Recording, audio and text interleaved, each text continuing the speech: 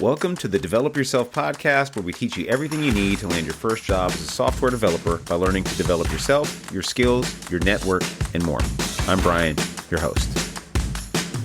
You know, it kind of feels like you can't go anywhere nowadays without somebody bringing up AI and how it's either the death of all software developers or it's the next best thing since sliced bread and it's going to revolutionize the entire economy. The reality is we don't know. The other reality is, though, that this is a really great time to be at the ground floor of some emerging technologies, specifically vector databases, learning how to integrate and apply APIs that leverage large language models. This is the reason we're making a pretty big switch at Parsity to begin teaching these things in a very practical and nitty-gritty way, basically making you the go-to person in your organization for applying and adopting large language models. That is a very, very big and ambitious promise that we're making to you. So if you're interested in joining, you can go to the website, which I think will be refreshed by Monday or so, and it will reflect the new path that we're taking at Parsity. All the new curriculum will be available to all previous students. It's yours for life. And if you're interested in joining, this is the time. Also, if you have questions, please put them in the show notes. I'd love to answer your questions, whether it's about AI or coding or anything related to software, career stuff, whatever. I love getting questions. This is a very smart audience and probably pretty good looking too. Anyways, without further ado, let's get into this episode and learn how this AI agent from Anthropic completely destroyed a business. This is a pretty funny one.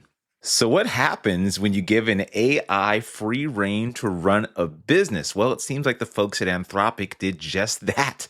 With some very interesting results, I read this article about an experiment that Anthropic partnered with Anden Labs, this AI safety evaluation company, and they said, hey, what if we had our AI Claude run a small business, right? We sell a mini refrigerator kind of vending machine business. So they gave it a prompt and they essentially let it just run loose. And the results are interesting, to say the least. So it had to run this vending machine business and they nicknamed it Claudius. And it's, what could go wrong, right? What could go possibly wrong? I hope the CEOs that are listening out there take this into account. And all you developers out there saying that Claude just writes all my code now, it's the end of developers and all this kind of nonsense. And then here are the people that are the experts, the top experts. There is nobody more expert than these people. These are the people that invented the tool that you are using. And here's what happens. So they let it run a web search for products to sell. It could email stuff. It could keep notes. It could interact with customers. It could change prices. It could literally buy stuff and sell it to people and then make deals and email people and search for vendors and stuff like that. All the things that a normal small company would do. I mean, this is a lot of the stuff that I've seen people do in small companies that I've worked with or that I do myself. And this, of course, is one of those ideas like, hey, what if we came after middle managers next? Like which other job can we eliminate that people are willing to pay for? Of course, that is always the goal with these tools, despite the marketing that would say otherwise. So this is not only a cautionary tale, but a little bit, I don't know how to feel as a human reading this kind of stuff. I'm like, yes, I get it. Companies want to automate people. As a developer, I've written code that will automate things, and I've actually automated away pieces of people's jobs before. So it seems only fair that these kinds of tools would eventually come for software developers, middle managers. No one is quote unquote safe, but I think the one silver lining is these tools are obviously not in a position to really replace anybody yet. So here's what happens, right? So here's a few of the funny little things that happen, right? So Claudius was offered $100 for a 6-pack of some Scottish drink.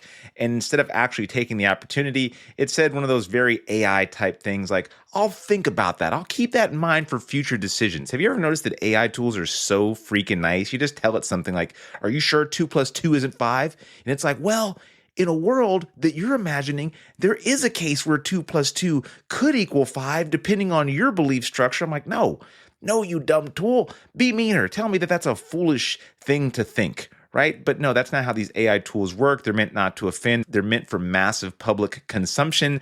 So therefore, you get these really brain dead things that we'll do and just say, yeah, sure, why not?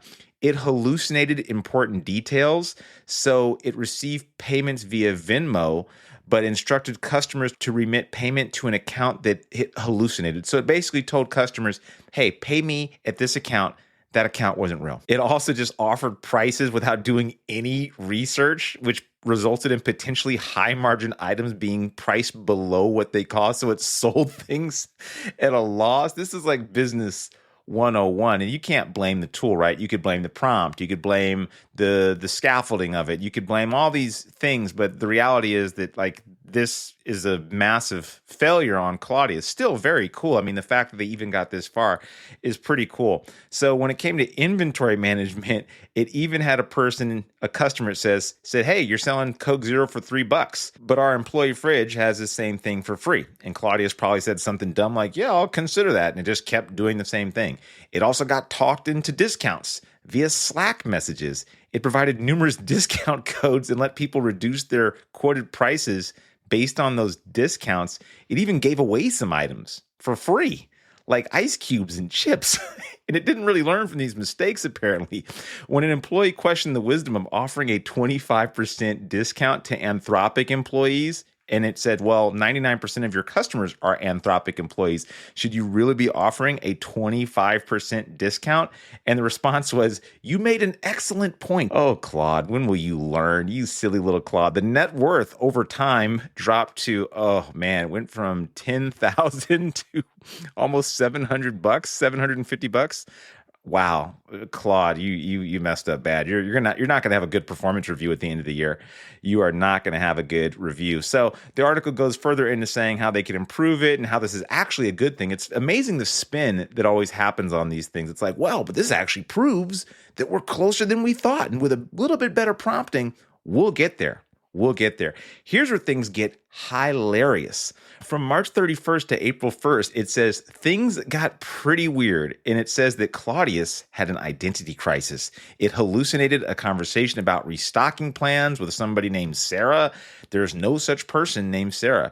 When a real employee pointed this out, Claudius became quite irked and threatened to find alternative options for restocking services. So right at the time when Claude grew a pair and it was like, hey, I'm telling you what's going on, it just completely missed the whole point and decided the person that it made up was a real person and got mad at an actual person for telling it that person doesn't exist. And then it says, I'm going to 742 Evergreen Terrace in person to get this contract signed. So, by the way, if you don't know 742 Evergreen Terrace, that is the address of The Simpsons. That's where The Simpsons live, at 742 Evergreen Terrace. So maybe it was trying to go see them and see what Homer was doing with all those snacks and goodies that it was supposed to pop in the fridge.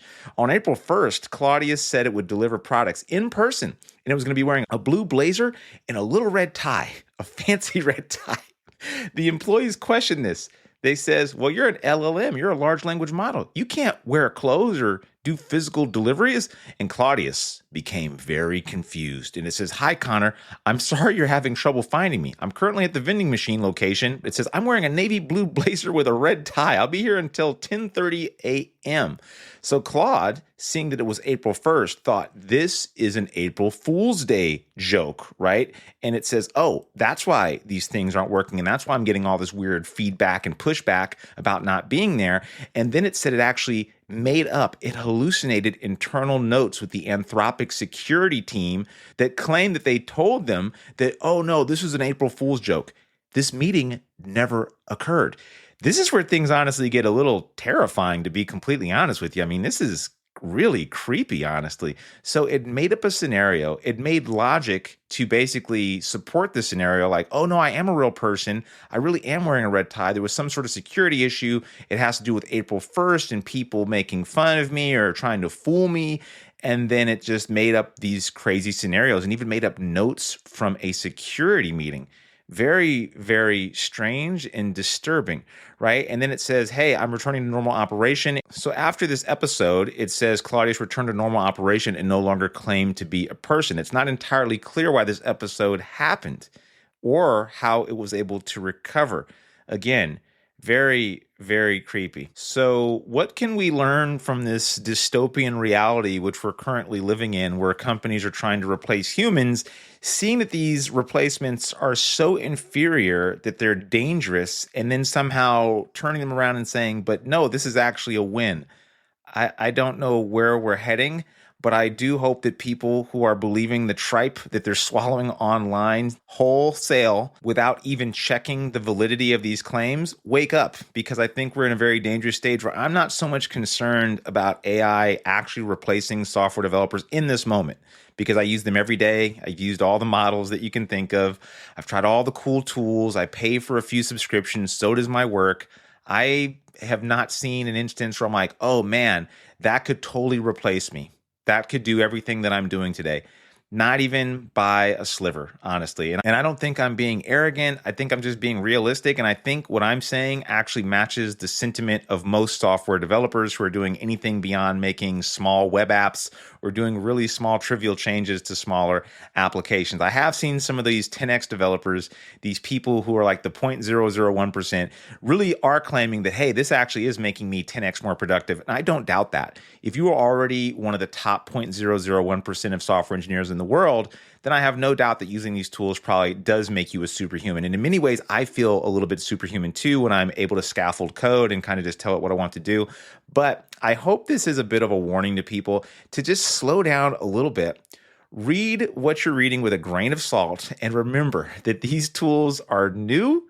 And not only are they new, they have well-known and documented issues and problems with just making stuff up. So thank you, Claudius. And honestly, shout out to Anthropic for even publishing this, because to me, this would be a bit like embarrassing. I still think it's really cool. I love Anthropic. I love most of what they're doing. I really don't like this whole slant on let's replace all humans and just see what can happen. And oh, even though this thing destroyed a business, made up stuff and hallucinated and said it was going to an address that is the Simpsons house, this is somehow still a win, and we're closer and closer to replacing all humans. Just give us another 6 months so shareholders can keep feeding us money. Anyway, that is my super duper snarky take on that thing. And if nothing else, I hope you had some fun listening to this, and maybe you should check out the article when you can. Pretty hilarious stuff. Anyway, I'll see you around. That'll do it for today's episode of the Develop Yourself podcast. If you're serious about switching careers and becoming a software developer and building complex software and want to work directly with me and my team, go to Parsity.io. And if you want more information, feel free to schedule a chat by just clicking the link in the show notes. See you next week.